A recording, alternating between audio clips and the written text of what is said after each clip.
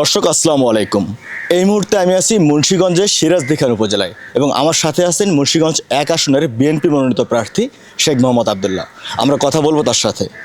আমরা জানি যে আজ সকালবেলা মুন্সিগঞ্জ ১ আসনের মনোনয়নপত্র যাচাই বাছাই চলছিল এবং যাচাই পর্ব শেষে আপনাকে বৈধতা ঘোষণা করা হয়েছে।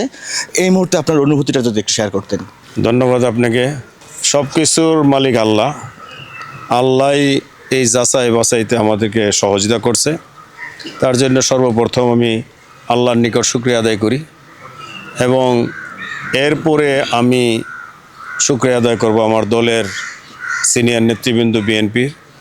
আর সবার আগে আজকে আপনি জানেন গতকাল আমাদের দেশের 3বার প্রধানমন্ত্রী এবং বাংলাদেশের জনগণের মনের হৃদয়ের নেত্রী এবং যাকে আপসের নেত্রী বলা হয়, যিনি এই দেশের গণতন্ত্রের লড়াই করেছেন, সেই আমাদের মাতৃতুল্য নেত্রী কালকে আমরা তার জানাজা পড়েছি।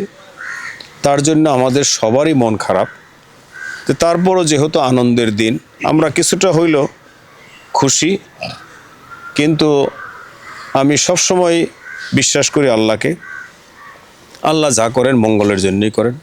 অবশ্যই আমি এখন বলবো আমার মুন্সিগঞ্জ ১ তথা আমার শ্রীনগর এবং সিরাজদিঘা থানার সর্বস্তরের জনগণ, হিন্দু, মুসলমান, খ্রিস্টান, যুবক, বৃদ্ধ, মা ও বোনেরা, সবার নিকট আমার সালাম রহিল এবং সবার দোয়াতেই ইনশাল্লাহ আমি হয়তোবা এই পরীক্ষা পাশ করেছি। আগামী আমাদের যে ফাইনাল পরীক্ষা সেটা হলো 12ই ফেব্রুয়ারি। সেই পরীক্ষায় আমি আমার এই মুন্সিগঞ্জ ১-এর সর্বস্তরের জনগণের ভালোবাসা চাই এবং সবাই যেন ভোট কেন্দ্রে যায় ভোট দেন এবং সবাই যদি চয়েস পছন্দ করেন ধানের শীষ মার্কাকে এবং আমাকে, তাহলে আমি খুবই খুশি হব এবং আনন্দিত হব। আচ্ছা, আমরা আরেকটা জিনিস জানি যে বিএনপি থেকে মুন্সিগঞ্জ ১ আসন থেকে বেশ কজন প্রার্থী মনোনয়ন চেয়েছিলেন এবং শেষ পর্যন্ত দল সিদ্ধান্ত নিয়েছে এবং আপনাকে মনোনয়ন দিয়েছেন। পরবর্তীতে আমরা দেখলাম যে আরও 2জন প্রার্থী স্বতন্ত্র থেকে মনোনয়ন ফর্ম জমা দিয়েছিলেন এবং আজ সবশেষে তাদের মনোনয়নপত্র বাতিল করা হলো। তাদেরকে নিয়ে আপনার কোনো মেসেজ আছে কিনা, এটা যদি একটু ক্লিয়ার করতেন।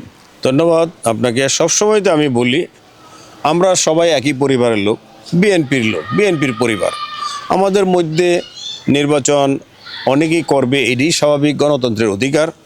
তো সবসময় যে তাদেরকে আমরা আহ্বান করি, বিশেষ করে আমি, যে আসেন আমরা সবাই মিলে এক ছাতায় কাজ করি ধানের শীষের প্রতীক।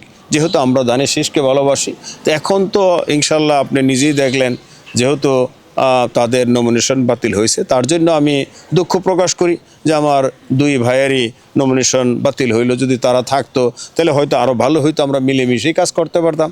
তো এখন আমি তাদের জন্য দোয়া রইল এবং তারা যদি আমার সাথে বলতে কি দলের সাথে, যেহেতু আমি দলের একজন প্রার্থী এবং নমিনেশন আমাকে আল্লাহর অশেষ মেহেরবানিতে এবং দল আমাকে সিলেকশন করেছে ধানের শীষের প্রতীক যারা বিএনপি করে সবার জন্যই। তা আমি অনুরোধ করব তারা যেন ধানের শীষকে ভালোবাসে, বিএনপিকে ভালোবাসে এবং ভালোবাসার রেখেই যদি আসেন সবাই মিলে আমরা কাজ করতে পারি, তাহলে আমি অবশ্যই আনন্দিত এবং খুশি হব।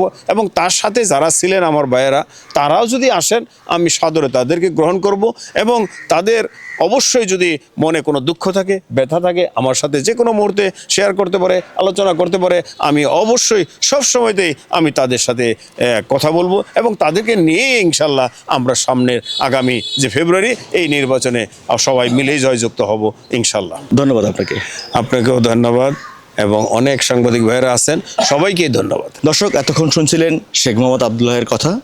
দেখা হবে পরবর্তী ভিডিওতে। আসসালামু আলাইকুম।